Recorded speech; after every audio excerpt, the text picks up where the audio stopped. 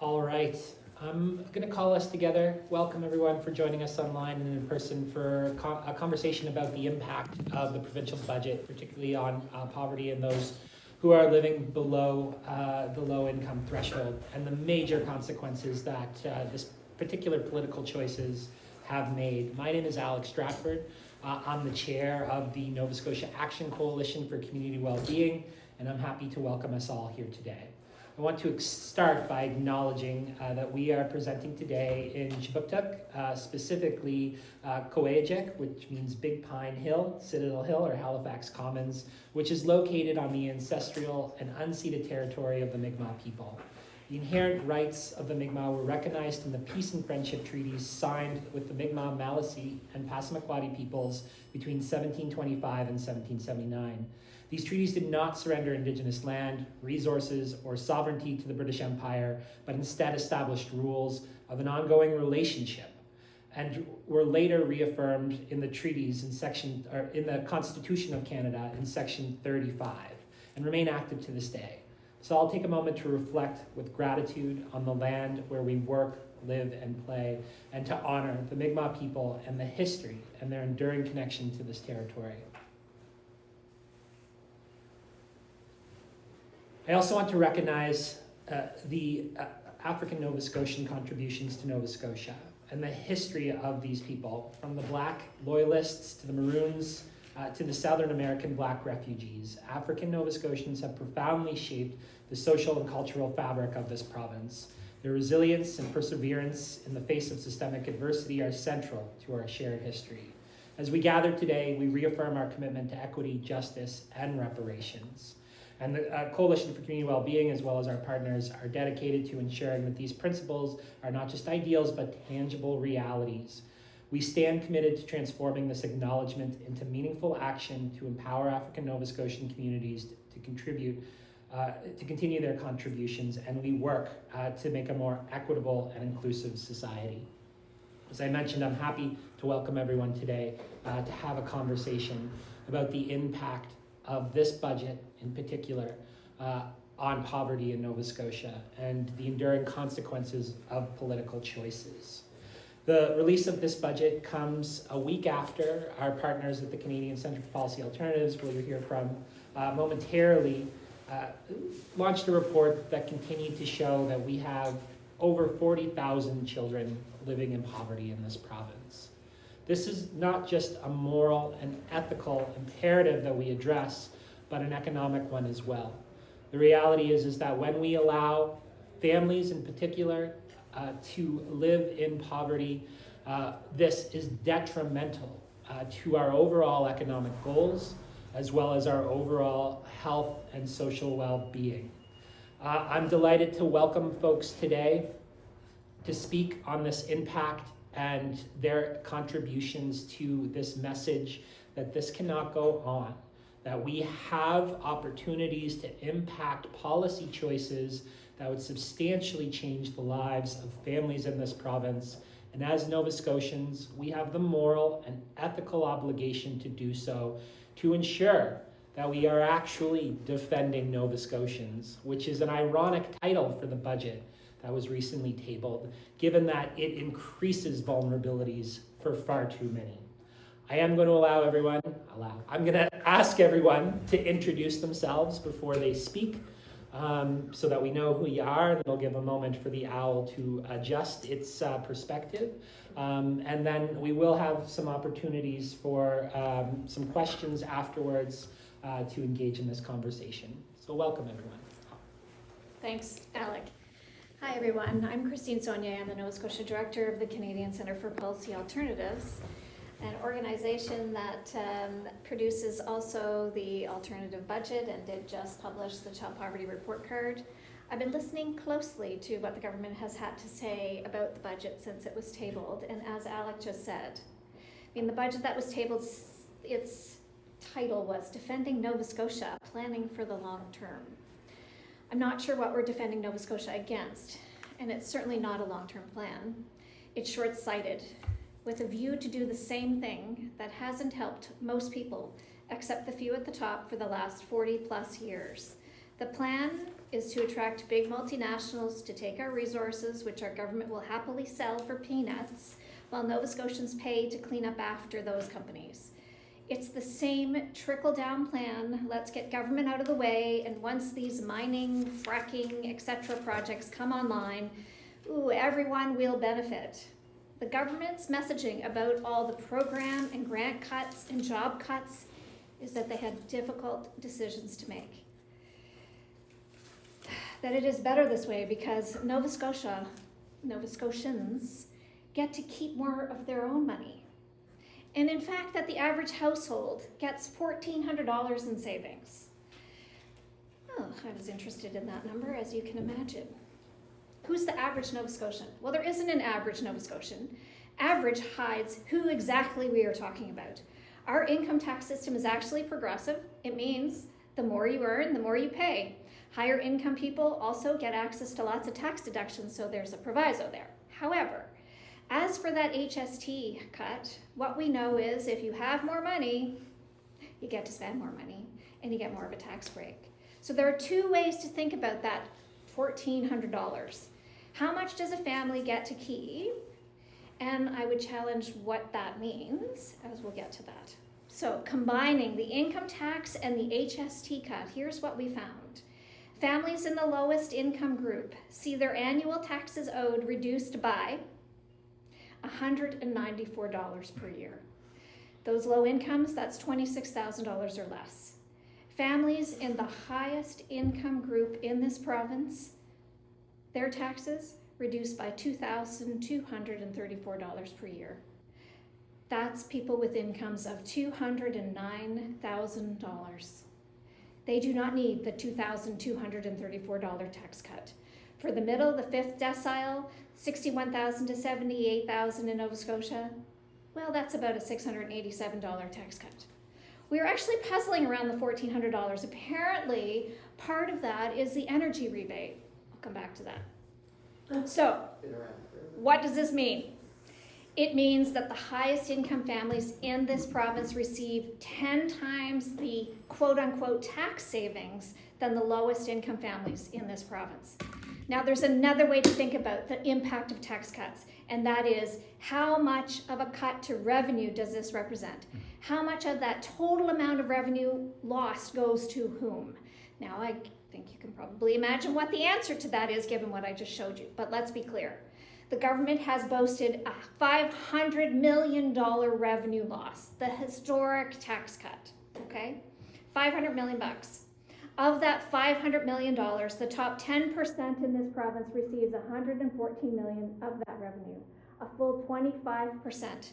The bottom, $9.9 million or 2.1%.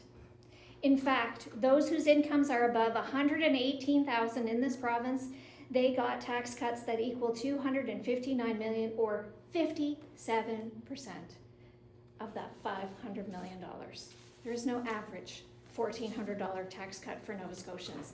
The opportunity cost is so significant, both in what we could have done with that revenue to better support people, how we could have invested differently, and how we could have avoided the cuts that have been proposed. Instead, we see the lack of significant evidence-based investment in income supports, what we needed for affordable housing. There's nothing for making childcare more affordable, combined with public sector job cuts, services, grants to community organizations. This will make life more expensive in Nova Scotia and will make life less healthy, because planning for the long term means that we address the things we know will result in higher costs later. The social determinants of health, what makes us healthy, decent jobs, affordable housing, good quality housing, access to food, a healthy environment, and social connections. What we know is that without addressing these, the costs for government will rise. The issue is not that the province doesn't have the fiscal room. The problem is how the government chooses to respond. The province has the fiscal capacity. Do you know what the return on investment is for a tax cut? It's 20 cents on the dollar. Why? Because of where that tax cut goes. People who already have money can actually save it, and they will choose to do that and invest offshore, versus if we actually support people who need it right now, those who are living under the poverty line, those who need it to spend, they will spend it locally. That's where the return on investment is. The return on investment is those local jobs. So what did we see in this budget for those on income assistance? 1.6% increase. Yes, they adjusted for inflation. That means $12 a month. $12 a month. Let's think about the 2,264. They cut bus passes for those on income assistance. They cut Halifax transit passes for students. Maybe those will be means tested. So students will have to identify as low income to their schools. They will be identified when they enter the bus as those who are living on low income. And the Nova Scotia Child Benefit, the budget for that is lower. When we asked why, it's because either kids aged out or families just got a little bit above that eligibility line, which doesn't even cover everybody who's living under poverty in Nova Scotia, and they are no longer eligible. Those benefits were not indexed. They also project a cut to the tiny poverty reduction credit. Oh, but there's another $1,000 in rent subsidies. So this is all compounded by what we've been hearing, the $130 million cut to 287 grants, impacting 7,500 nonprofits and community organizations. Meanwhile, energy affordability has been sacrificed to the profits of Nova Scotia Power. With the heating assistance rebate, $400. We haven't increased the eligibility for that either. We are subsidizing the energy consumption of those who can definitely pay for their bills, instead of targeting that to make energy more affordable. And the result? The result is a budget that will affect those who are most vulnerable in this province and will continue to help the few at the top. This will deepen inequality, whether you look at it by income, by gender, by race, by rural community. Women actually make up 63% of public sector jobs. They will be disproportionately affected by cuts. They also make up a little over 80% of nonprofit. Nobody talks about that. Returning to the throwaway lines, who's this average Nova Scotian? When we look at the poverty rates and we look at higher poverty rates for African Nova Scotians and Indigenous people, and we see cuts for those programs, we know the ripple out effect. These were not hard decisions for this government. I would say a harder decision for them would have been to tax those at the top.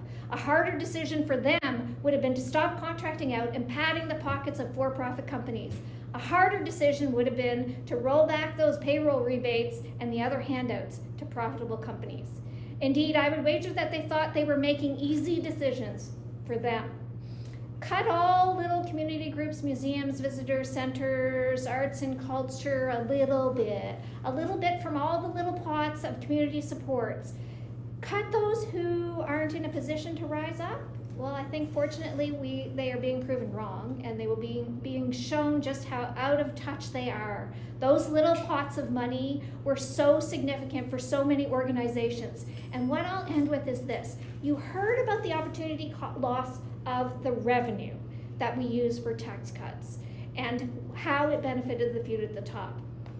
What this $130 million tells you is just how much we can do together.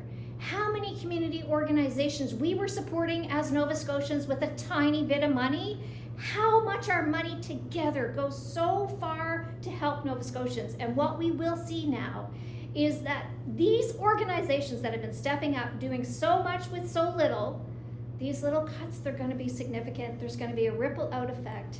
And I think I will stop talking about numbers and what the kind of economic context is for these decisions, who actually is benefiting from them, and who will pay the cost. And I'm going to turn it over to hear more about what that really looks like. Hi, I'm Desiree Oakley. I am a single mom to two daughters, 2 and 6 years old. I am also a level 1 classification early childhood educator at the North End Community Daycare Center. As these budget cuts were made, looking into them, something that struck my attention was the continuing early childhood education support. That is actually the program that I finish next month. So luckily I'm not affected by that, but how many other people are, right? What does that mean for early childhood education going forward, for our province, for the children that have the care, as well as African Nova Scotian youth. I was a recipient of that scholarship, the African Nova Scotian post-secondary scholarship, that is now being taken away from our communities, from our children. That was a huge support for myself going into university and college, and that's something that's being taken away. Rent subsidies, something that I spoke about before, but now with being classified as an early childhood educator and making a little bit more money from this funded program, I have rent supplement taken away from me fully. I now pay that fully on my own. Child care subsidies don't get me wrong, I'm not making too much that I have to pay too much, but now I am still having to pay, whereas before I was not. Before, the rent subsidy program was 30% of your income needed to go towards rent. Now it's 40% of your income needs to go towards your rent. And now I make a little bit more, obviously that's taken away. As for our children, our youth, my daughter, Black History Month, she's 6, something that she loves talking about. She's educated on where she comes from. She comes from Whynott Square, and my family, my mom's family, comes from Africville. She knows where she comes from, and she's very, very proud to tell you that. How is she going to feel when I explain these things to her, that the government's not really as caring as what you are towards education or Black history, right? These are things that affect people day to day, every day. Their education, their lives, food. It affects every aspect of our lives, and I don't think that the government is actually understanding that. I have more to say, but Yeah. yeah. Okay. You want to pass it on to Yeah. Jack? That's great. Hello, and thank you for this opportunity to speak. My name is Jackie Barkley, and I'm a social worker, and I'm here because I want to talk about the impact of this budget on the people I work with. And most of the people that I work with, not all, but most of the people that I work with are involved in the Nova Scotia child protection system. And the reason they can't be here and would fear being here is because they live under the watch and the fear of their children being removed. I'm not saying that there are no reasons for child protection involvement. Child protection involvement is often necessary and important. But we're supposed to have a system that is designed to help people change the circumstance that got them involved in child protection to allow for the reunification of families. And the people I work with are so desperate to do everything they can to have their children returned to their care. They are certainly not going to come and talk publicly about their criticisms of the government that has their children at this time, rightly or wrongly. So I want to describe who they are in my experience. That doesn't mean there aren't other groups that are involved in the system. And the majority of the people that I work with have suffered from domestic violence. They have not suffered from a situation in which they have assaulted their children and harmed their children, which is what most people associate with child protection. But they have been involved in violent home situations with a very clear perpetrator in the home. They themselves have had a history of childhood abuse and intergenerational abuse. So the ability to cope, to leave, to have agency, to have confidence is not there and already removed from them in their own childhood.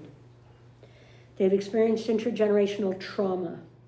They are often single parents.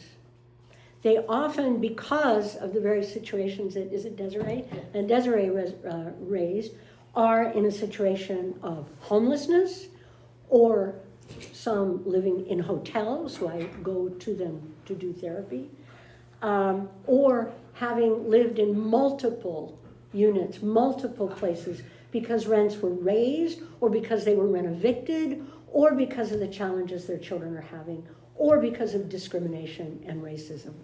So they live transient and very difficult lives, which is extremely hard on the developmental trajectory of young children. Again, as Desiree would know.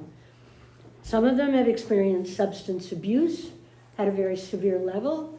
I think we can all imagine, though it's not obviously what's recommended, but we can imagine if we were trying to raise our children with no stable place to live, without stable income, without being able to afford groceries, and with a rent subsidy that is destabilizing and actually a generous gift to landlords, rather than money given to clients so that they can choose where they want to go and where they want to live in a way that meets the needs of their own families. So this is also a population that is silenced. And it's silenced for the reasons I raised at the beginning, but also silent from exhaustion. If you're taking care of your kids, if you're trying to respond to the requirements, legitimate requirements sometimes, of the child protection system, if you're trying to go to therapy and you're trying to change the trajectory of the lives of your children and yourself, you don't have a whole lot of time to catch up in 48 hours with what are the government policies that are potentially going to destroy your lives. So one of the things I said when I was invited to come and speak is, you realize, of course, that I haven't had time in the last 48 hours to research everything that has gone on since Monday. I can barely recover from the shock, and I'm really pretty privileged. So I've had a bit of time, but not enough to be able to find out what I need to find out. So when we look at this silencing process, I think it's really important to remember, and if I sound angry, I am very angry. We need to remember that this government is not actually a supermajority. This government is actually a minority government.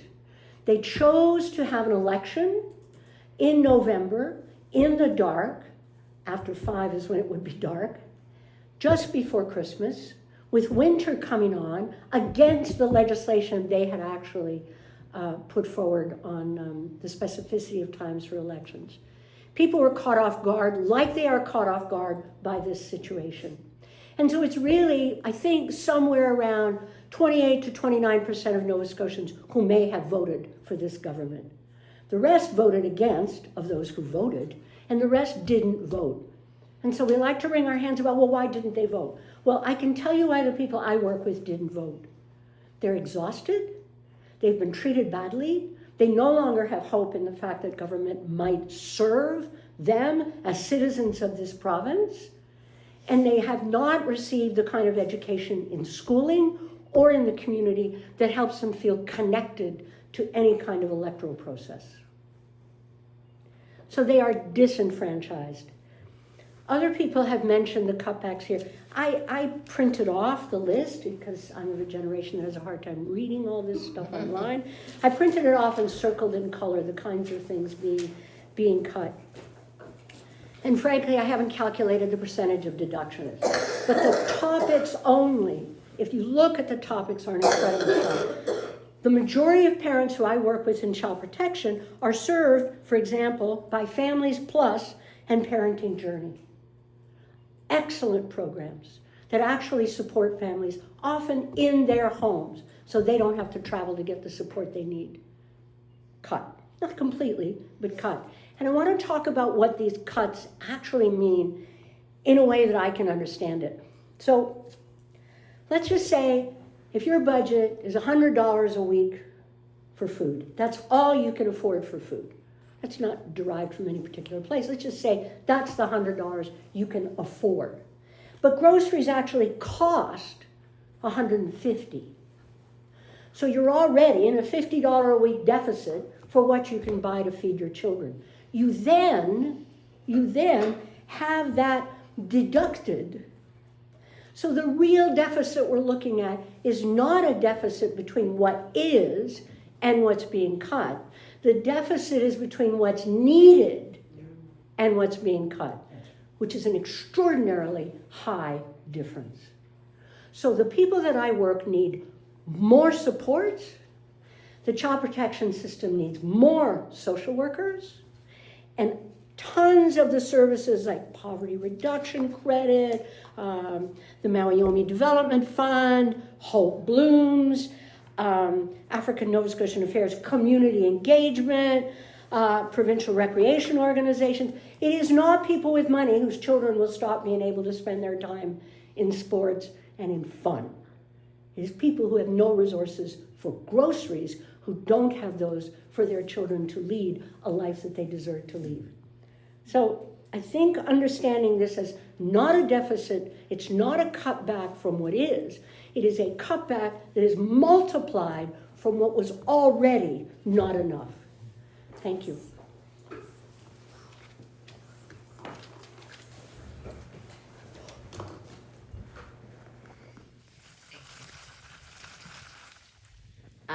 Hi there, my name is Lisa Harrison.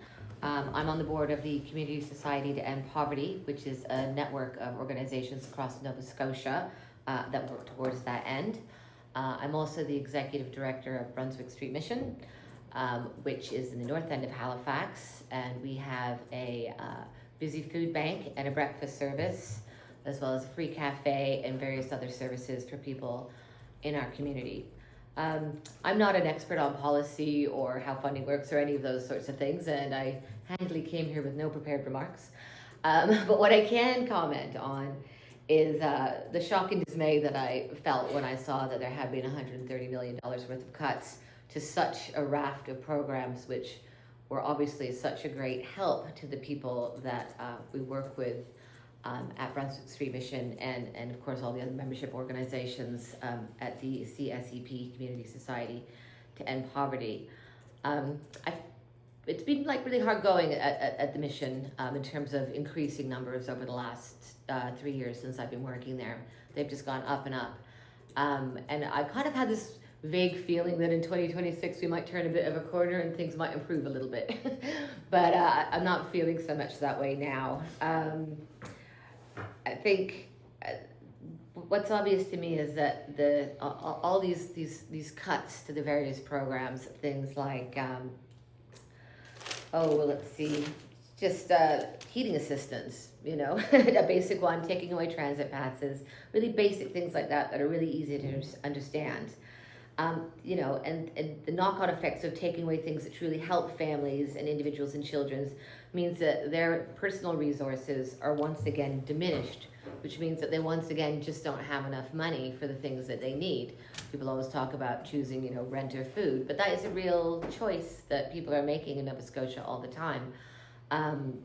We help hundreds of families a month at the food bank and serve over 100 breakfasts a day sometimes for our breakfast program, and we see the range of people who don't have enough, and they range from people who literally slept outside the mission the night before they came in for breakfast and don't even have a tent, to people who find it necessary to come in for breakfast on their way to work or school, and people who may be on work or maybe on income assistance who come in and use our food bank all the time. And I guess luckily, being unfunded by the Nova Scotia government as an organization, this isn't a cut that we will feel immediately and directly to our own income. But what it will do is expand the amount of money that we have to find in order to run our services, which address food insecurity in our community. And just to echo what Christine said, you know, the $130 million price tag, it shows you really how much that really does, you know. And while, you know, cuts to social services and to that part of the public sector are important, you see as well the cuts beyond that to things like arts and culture and sport and trails, and you're taking away some of the things that you give to people for free that were nice for them to enjoy as well. So not only are people being made poorer, their lives are being made narrower and more isolated as well. And I think that's a terrible shame. Anyway, thank you. Thank you. I want to thank everyone for sharing their stories on the impact that this really horrific austerity budget is going to create here in Nova Scotia. We are clearly here today sounding the alarm about the government's shift towards these austerity measures. These cuts to the public job sector, to community grants, will only deepen the challenges of thousands of families and workers across this province. This is, again, an opportunity for us to recognize that public services, our community programs, are the backbone of, yes, our social infrastructure, but also our economic one. When they are weakened, families and workers are forced to pay more out of pocket, and local economies will lose stability. So what must we do? Well, next week, public bills will certainly come to fruition around this budget. Everyone on this call today, everyone watching, anyone who sees this story should make an effort to write or appear at the Public Bills Committee to state exactly what this budget cut means to you and to pull, again, in a direction together that allows that voice to be raised. We know that there are policy options out there that recognize the fiscal reality that we are in and the opportunity that we can move to. In fact, many partners around this table contributed a few weeks ago to the launch of the Nova Scotia Alternative Budget, a budget that shows us what we can achieve. And let me tell you, if you haven't read that budget at this point in time, we can build 3,900 units of public and social housing a year for the next 10 years, substantially reducing our need to have rent subsidies, which are, as Jackie mentioned, really lining the pockets of developers and landlords at this point in time. We can substantially raise income supports and the wage floor to start to lift thousands of children out of poverty. We can increase the amount of spending we are doing in our arts and cultural sector. We can ensure that our schools are actually safe by investing in supports for our students and their learning, giving them an opportunity to reach their full potential. These investments are not just moral imperatives. They are also the economic strategy that we need at this moment in time to build the resiliency in our economy and to actually ensure that we are resilient in the face of the global challenges that we are seeing. So, what can you do? There will be rallies next week. Attend. Public Bills Committee will be happening. Send in your notices, send in your letters, speak. Write to your MLA, particularly if you are represented by a government member, and let them know that you no longer support them or this budget. Put the pressure on them to make substantial changes to what we are seeing in this budget and to take a different position. This, again, is not an inevitability that austerity is the reality we are facing. It is a choice. This government has made a choice.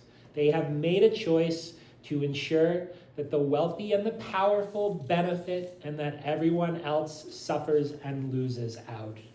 That is no longer a situation that is tolerable in Nova Scotia, and it is time that we come together collectively to raise our voices and to take this province in another direction.